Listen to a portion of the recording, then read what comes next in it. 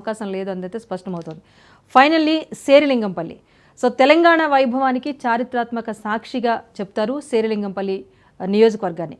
దేశానికి ఒక దిక్సూచిగా నిలుస్తున్న ఈ నియోజకవర్గం రాజకీయంగానూ కూడా అంతే పాపులర్ అవుతోంది. 2009లో కాంగ్రెస్ అభ్యర్థిగా బరిలోకి దిగిన భిక్షపతి యాదవ్ అనూహ్యంగా విజయాన్ని సాధించారు. కేవలం 1327 ఓట్ల ఆధిక్యంతో విజయాన్ని సాధించగా 2014లో ఇక్కడి నుంచి టీడీపీ బీజేపీ కూటమి పొత్తులో భాగంగా అరికపూడి గాంధీ సైకిల్ పార్టీ అభ్యర్థిగా బరిలోకి దిగి అద్భుతమైన విజయాన్ని సాధించారు. అయితే కొన్నాళ్లకే గాంధీ టీఆర్ఎస్లోకి ఫిరాయించేశారు. 2014లో టీడీపీ నుంచి అరంగేట్రం చేసిన గాంధీ ఆ తర్వాత బీఆర్ఎస్ వరుసగా 2 సార్లు కూడా అదే పార్టీ నుంచి బీఆర్ఎస్ నుంచి పోటీ చేసి ఎన్నికయ్యారు. సో తాజాగా ఇప్పుడు ఆయన మళ్ళీ కాంగ్రెస్ తీర్థం పుచ్చుకున్నారు. 2014లో టీడీపీ తరపున పోటీ చేసి 75,000 ఓట్ల ఆధిక్యంతో గెలుపొందగా 2018లో 44,000, 2023లోనూ 46,000 ఓట్ల ఆధిక్యంతో గెలిచి అరికపూడి గాంధీ ఇక్కడ హ్యాట్రిక్ విజయాలను అయితే నమోదు చేశారు. సో పైకి తాను బీఆర్ఎస్ని అని చెప్పుకుంటూ లోపల మాత్రం ఒక కాంగ్రెస్ వాదిగా ఉండటం ఈయన విషయంలో ఒక ప్రత్యేకతగా మనం చెప్పుకోవాలి. ప్రతిపక్షానికి లభించే పీఏసీ చైర్మన్ పదవిని కాంగ్రెస్ పార్టీలోకి ఫిరాయించిన నాయకుడికి ఎలా ఇస్తారన్న విమర్శతో రాజకీయం కూడా సలసల కాగిన సందర్భం మనం చూసాం. బీఆర్ఎస్ నేతలు గాంధీపై తీవ్ర విమర్శలు చేసేలా పరిస్థితి ఇప్పుడు వెళ్ళిపోయింది. అందుకే ఇక శేరిలింగంపల్లిలో ఒకవేళ ఉప ఎన్నిక జరిగితే కనుక అరికపూడి గాంధీని ఖచ్చితంగా ఓడించాలి అని చెప్పేసి బీఆర్ఎస్ పార్టీ యోచిస్తోంది. 2023లో జరిగిన ఎన్నికల్లో అరికపూడి గాంధీకి 157,332 ఓట్లు రాగా కాంగ్రెస్ అభ్యర్థి జగదీశ్వర్ గౌడ్కు 110,780 ఓట్లు వచ్చాయి. అటు బీజేపీ తరపున బరిలోకి దిగిన రవికుమార్ యాదవ్ 80,000 ఓట్ల పైచిలకు మెజార్టీ సాధించారు. సో మొత్తానికి దీంతో ఇక్కడ ఉప ఎన్నిక కనుక జరిగితే శేరిలింగంపల్లిలో పోటీ ఎలా ఉంటుంది అని చెప్పడం ఊహించడం అయితే కొంచెం కష్టమని చెప్పాలి.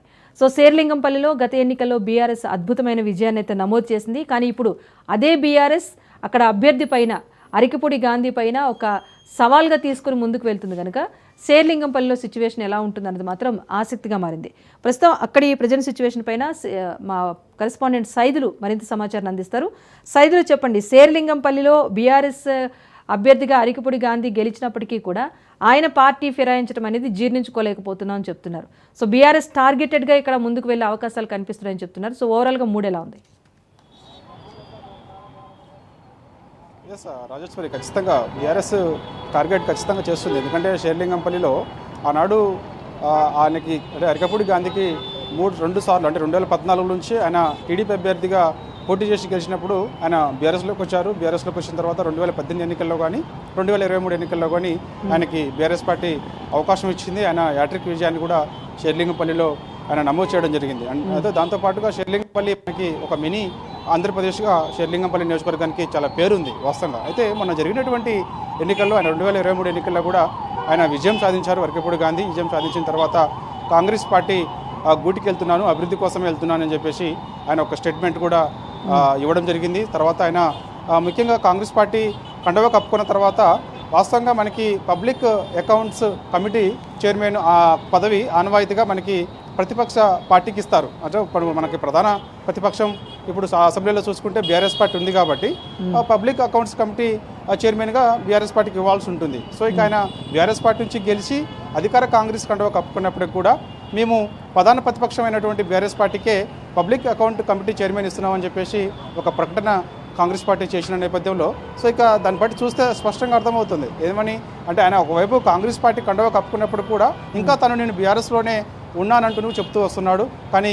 బీఆర్ఎస్ మాత్రం అది చాలా క్లారిటీతో ఉన్నది. ఖచ్చితంగా ఆయన కాంగ్రెస్ పార్టీలోకి వెళ్ళాడు కాబట్టి సో ఆయన పైన కూడా వెయిట్ పడాల్సిందే పార్టీ ఫిరాయింపులకు సంబంధించి అని సుప్రీంకోర్టులో కూడా కేటీఆర్ ఆయన పైన కూడా ఫిర్యాదు చేశారు. ఖచ్చితంగా అక్కడ కూడా ఉప ఎన్నిక వస్తుందని చెప్పేసి కూడా బీఆర్ఎస్ పార్టీ భావిస్తుంది. ఒకవేళ వస్తే మాత్రం అక్కడ పోటీ మాత్రం ఖచ్చితంగా ఇటు బీఆర్ఎస్ కాంగ్రెస్ పోటీ ఖచ్చితంగా ఉండే అవకాశం కనిపిస్తుంది. ఎందుకంటే వాస్తవంగా సెటిలర్స్ అంటే ఎక్కువగా అక్కడ మనకి మినీ ఆంధ్రప్రదేశ్గా పేరుంది కాబట్టి శేరిలింగంపల్లి నియోజకవర్గంలో, కాకపోతే అభివృద్ధి మాత్రము బీఆర్ఎస్ హయాంలోనే ఎక్కువగా జరిగిందని ప్రధానంగా ఆ ప్రాంత ప్రజలు అంటే శేరిలింగంపల్లి నియోజకవర్గ ప్రజలు ఎక్కువగా చర్చించుకుంటున్నారు. కాబట్టి ఫ్లైఓవర్ల విషయంలో కానీ ఎక్కువగా శేరిలింగంపల్లి నియోజకవర్గంలో ట్రాఫిక్ సమస్య ఎక్కువగా ఉంటుంది. సో ఈ అంత సమస్యనంతా కూడా బీఆర్ఎస్ పార్టీ 10 ఏళ్ళ అధికారంలో ఉన్నప్పుడు ట్రాఫిక్ విషయంలో కానీ ఫ్లైఓవర్ల విషయంలో కూడా చాలా అభివృద్ధి చేసింది కాబట్టి సో అరకపూడి గాంధీ పార్టీ ఫిరాయించారు కాబట్టి ఒకవేళ తిరిగి ఆయన పైన వేటు పడితే మాత్రం, అంటే సుప్రీంకోర్టు తీర్పు వచ్చిన తర్వాత ఆ వేటు పడితే మాత్రం సరే ఆయన ఏ పార్టీ నుంచి పోటీ చేస్తారో పక్కకు పెడితే మాత్రం ఖచ్చితంగా అక్కడ బీఆర్ఎస్ పార్టీకి ఇంకా సానుకూలమైన వాతావరణం స్పష్టంగా కనిపిస్తుంది. కాకపోతే త్రిముఖ పోటీ కూడా ఉండే అవకాశం కనిపిస్తుంది. ఇటు బీజేపీ కూడా ఖచ్చితంగా అభ్యర్థిని బరిలోకి దించుతారని చెప్పేసి కూడా మనకి వార్తలు వస్తున్న నేపథ్యంలో ఇటు కాంగ్రెస్, బీజేపీ, బీఆర్ఎస్ మధ్య మాత్రం త్రిముఖ పోటీ ఉన్నప్పటికీ కూడా ఆ ప్రాంత ప్రజలు మాత్రం చాలా స్పష్టంగా ఉన్నట్టుగా కూడా అర్థమవుతుంది. ఎందుకంటే అభివృద్ధి విషయంలో చూస్తే మాత్రము హైదరాబాద్ని బీఆర్ఎస్ పార్టీ చాలా అభివృద్ధి చేసింది అనేక రంగాల్లో. ముఖ్యంగా షేర్లింగంపల్లి నియోజకవర్గంలో కూడా ఐటీ రంగం ఎక్కువగా ఉంటుంది. ఐటీ రంగాన్ని ఆనాడు కేటీఆర్ కూడా చాలా అభివృద్ధి చేశారు కాబట్టి సో ఈ ప్రాంత ప్రజలందరూ కూడా అభివృద్ధిని కోరుకుంటారు కాబట్టి దానిలో భాగంగానే మేము ఆనాడు అరకపూడి గాంధీకి ఓట్లేసి గెలిపించాము. ఆయన తీరా కాంగ్రెస్ పార్టీ అధికారం రాగానే పార్టీ ఫిరాయించి అధికార కాంగ్రెస్ గుడికెళ్లారు. వెళ్ళడమే కాదు, ఆయన ఇంకా నేను కండవ కప్పుకున్నారు. కండవ కప్పుకున్న తర్వాత ఇంకా నేను మళ్ళీ బీఆర్ఎస్లోనే కొనసాగుతున్నాను, ప్రతిపక్ష పార్టీ బీఆర్ఎస్లోనే ఉన్నానని చెప్పేసి కూడా ఆయన పిఎస్సి కమిటీ చైర్మన్గా వ్యవహరిస్తున్నారు. సో దీన్ని పూర్తిగా బీఆర్ఎస్ పార్టీ తప్పుపడుతూ వస్తుంది. వాస్తవంగా మనకి ఈ పబ్లిక్ అకౌంట్స్ కమిటీకి సంబంధించి చైర్మన్ని అనవాయితీగా మనకి అంటే ప్రతిపక్షంకి ఇవ్వాలి కాబట్టి ఆనాడు హరీష్ రావు పేరుని ప్రతిపాదించారు కేసీఆర్. ఈ పబ్లిక్ అకౌంట్ కమిటీ చైర్మన్గా హరీష్ రావుకి ఇవ్వాలని చెప్పేసి బీఆర్ఎస్ పార్టీ అధినేత కేసీఆర్ ప్రకటించారు. కానీ అన్వయంగా తిరస్కరించి ఇప్పుడు తెరపైకి అరకపూడి గాంధీని తీసుకురావడంతో ఖచ్చితంగా ఆయన పైన కూడా వేటు పడుతుంది. రానున్న రోజులలో ఆ ప్రాంత ప్రజలు అభివృద్ధిని కోరుకుంటారు కాబట్టి సో బీఆర్ఎస్ పార్టీ గెలుపు కూడా అక్కడ చాలా ఈజీగా ఉంటుందని చెప్పేసి కూడా ఒక పక్క కేటీఆర్ చెప్తున్నారు కాబట్టి సో ఒకవేళ ఉప ఎన్నిక మాత్రం షేర్లింగంపల్లి నియోజకవర్గంలో వస్తే మాత్రం ఖచ్చితంగా అక్కడ బీఆర్ఎస్కి కొంత సానుకూలమైన వాతావరణం అయితే కనిపిస్తుంది. Rajeshwari, right, thank you Saidulu. So షేర్లింగంపల్లిలో పరిస్థితి ఇది. సత్యం గారు మీరు చెప్పండి, బీజేపీ వర్సెస్ బీఆర్ఎస్ ఇక్కడ ఉంటుంది, పోటీ జరిగితే కనుక అది కూడా హోరాహోరీగా ఉంటుందన్న భావన అయితే షేర్లింగంపల్లిలో వినిపిస్తుంది. సో అరికపూడి గాంధీ టార్గెట్గా బీఆర్ఎస్ వెళ్తుంది కాబట్టి గెలిచి తీరుతుంది అని చెప్పేసి అక్కడ అన్నది రాజ్ న్యూస్ స్టడీలో తేలింది. మీరేం చెప్తారు సత్యం గారు? ఒకటి మాత్రం జరిగిందండి, అరికపూడి గాంధీకి పిఎస్సి చైర్మన్ ఇవ్వటం వల్ల, పబ్లిక్ అకౌంట్స్ కమిటీ చైర్మన్ ఇవ్వటం వల్ల కాంగ్రెస్ పార్టీ అసెంబ్లీలో చాలా హెరాస్మెంట్ ఎదుర్కొంది. అంతేకాకుండా ప్రజల్లో కూడా చదువుకున్న వాళ్ళలో ఒక భిన్నాభిప్రాయం ఏర్పడింది. కాంగ్రెస్ ఇట్లా ఇవ్వాల్సింది కాదు, ప్రతిపక్షానికి ఇవ్వాలి, ప్రతిపక్షంలో ఎవరు చూపెడితే వాళ్ళకి ఇవ్వటం ఆనవాయితీ. దానికి భిన్నంగా అరకపూడి గాంధీకి ఇచ్చి మళ్ళీ బీఆర్ఎస్ఎల్ని ఉండి కాబట్టి ఇచ్చినవని కాంగ్రెస్ అంటే అది అబద్ధం లాగానే ఉంది. నేను ప్రతిపక్షం అని కాంగ్రెస్లో చేరి అనటం ఆర్కేగా అరకపూడి గాంధీ అంటే అది అబద్ధం లాగానే ఉంది. కాబట్టి ఇదంతా కూడా మోరల్గా బాగా ఎంబరాసింగ్ గురైంది అరకపూడి గాంధీ విషయంలో కాంగ్రెస్ పార్టీ. ఇది ఒక అంశం. రెండవది, ఇప్పుడు పోటీకి వచ్చినప్పుడు ట్రయాంగిల్ పోటీ జరిగే అవకాశం ఉంది. సెటిలర్స్ తర్వాత ఈ ఐటీ రంగంలో ఉన్నటువంటి వాళ్ళు తీసుకున్నటువంటి స్టెప్ మీద ఆధారపడింది. మరి సెటిలర్స్ మరి ఏ ఈక్వేషన్లో వేస్తారు అనేటువంటిది మరొక అంశం.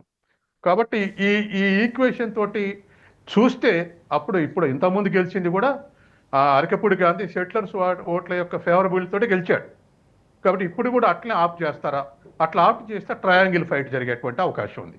అట్లా కాదు, ఆంధ్రలో తెలుగుదేశం జనసేనకు మిత్రపక్షం ఉంది బీజేపీ, కాబట్టి ఇక్కడ బీజేపీ అభ్యర్థిని ప్రచారం చేసినా చేయకున్నా తెలుగుదేశం శ్రేణులు, జనసేన శ్రేణులు కూడా చంద్రబాబు నాయుడు తర్వాత పవన్ కళ్యాణ్ డైరెక్షన్ ఇచ్చి బీజేపీకి వేయండి అని చెప్పేసి బీజేపీ నాయకత్వం ప్రయత్నం చేసే అవకాశం ఉంది. కాబట్టి ఇక్కడ ట్రయాంగిల్ ఫైట్ జరిగేటువంటి అవకాశం అయితే ఉంది. ఎవరు గెలుస్తారనేటువంటిది అందులో అర్బన్లో క్లియర్గా ఒక జడ్జిమెంట్ అడ్వాన్స్ ఇవ్వలేము, ఏదైనా ఎగ్జిట్ పోల్స్ తర్వాత ఇవ్వగలం కాబట్టి ట్రయాంగిల్ పోటీ అయితే జరిగే అవకాశం ఉంది. రైట్, రామ్మోహన్ గారు మీరేం చెప్తారు షేర్లింగంపల్లి విషయానికి వస్తే? గతంలో రాజశేఖర్ గారు ఖైరతాబాద్ నియోజకవర్గం ఎట్లా పెద్దదో ఇప్పుడు మొత్తం తెలంగాణలో అతిపెద్ద నియోజకవర్గం షేర్లింగంపల్లి. 4.5 లక్షల ఓట్ల మంది ఉంటారు ఇప్పుడు ఆల్మోస్ట్. అంటే రెండో నియోజకవర్గం అవకాశం ఎక్కువ ఉన్నది రేపు డీలిమిటేషన్ లో. ఈ స్థితిలో అరకపూడి గాంధీ వ్యక్తిత్వం చూసుకోండి, 3 సార్లు గెలిస్తే 2 సార్లు పార్టీ మారి. మొట్టమొదట 2014లో టీడీపీ నుంచి గెలిచిండు, టీఆర్ఎస్. రెండోసారి మాత్రం స్టికానా అయింది, ఎందుకంటే అధికారంలో ఉంది పార్టీ కనుక. అంటే అధికారం ఏదొస్తే దానికి మారుతారడానికి 2 ఉదాహరణ. అంటే గతంలో బీఆర్ఎస్ కనుక అప్పుడు అధికారం రాకపోతే మళ్ళీ మారేటోడేమో 2018 తర్వాత. 2023లో మారింది. ఇప్పుడు కనుక అవకాశవాద రాజకీయాలకు పెట్టింది పేరు అంటే అరకపూడి గాంధీ వస్తాడు, మనకు కడియం శ్రీహరి వస్తారు, ఒక రకంగా చెప్పాలంటే దానం నాగేంద్ర. ఈ ముగ్గురు కూడా రేపు వేటు పడే దానిలో ఫస్ట్ ఉంటారని నేను అంటున్నాను. ఎందుకంటే వాళ్ళే ఎక్కువ ఈ మిగతా 10 మందిలో వీళ్ళు ఎక్కువ ప్రవర్తించారు కనుక. రెండోది ఏంటంటే మొన్నటి దానిలో సెట్లర్ల ఓట్లతో పాటు వాళ్ళ కుల రాజకీయాలు కూడా బాగా పనిచేస్తారట. ముఖ్యంగా ఇప్పుడు మనకు బీజేపీ కొంచెం పుంజుకోవడానికి ప్రధాన కారణం ఏమవుతుంది అంటే రేపు ఈ సెట్లర్ల ఓట్లు, రెండోది కుల రాజకీయాలు. ఆంధ్రప్రదేశ్ లో ఉన్న కొంచెం రాజకీయాలు ఇక్కడ ప్రవేశిస్తే నేను అనుకుంటున్నాను. అంటే బీఆర్ఎస్ అభ్యర్థి లేదు. 3 సార్లు చూసుకుంటే 2 సార్లు అర్కపూడి గాంధీ గెలిచారు, 2 సార్లు బీఆర్ఎస్ పార్టీ నుంచి గెలిచారు. బీఆర్ఎస్ ఓట్లు ఉన్నాయి, నాయకులు లేడు. అయితే ఇప్పుడు బీఆర్ఎస్ చేసే పని ఏమైనా చేస్తే నేను అనుకుంటున్నాను అంటే వ్యూహాత్మకంగా కమ్మ సామాజిక వర్గం నుంచి అక్కడ నిలబెట్టే అవకాశం నేను అనుకుంటున్నాను. ఇప్పటికి కూడా అవకాశం నేను ఏ పార్టీలో ఉన్నా చెప్పలేకపోతున్నాడు అరకపూడి గాంధీ. ఇప్పటికి కూడా జెండా పాత్ర పాడి కౌశిక్ రెడ్డి ఎపిసోడ్ చూసాం కదా, చాలా పెద్ద ఎత్తున ఇవాళ స్వామి కంటే స్వామి భక్తి, రాజు కంటే రాజభక్తి ఎక్కువ చూపిస్తున్నాడు కనుక ప్రజల్లో బీఆర్ఎస్ ఉన్నది, కానీ నాయకుడు లేడు వాడు బీఆర్ఎస్ లో. త్రిముఖ పోటీ ఉండే అవకాశం అయితే రైట్ సార్.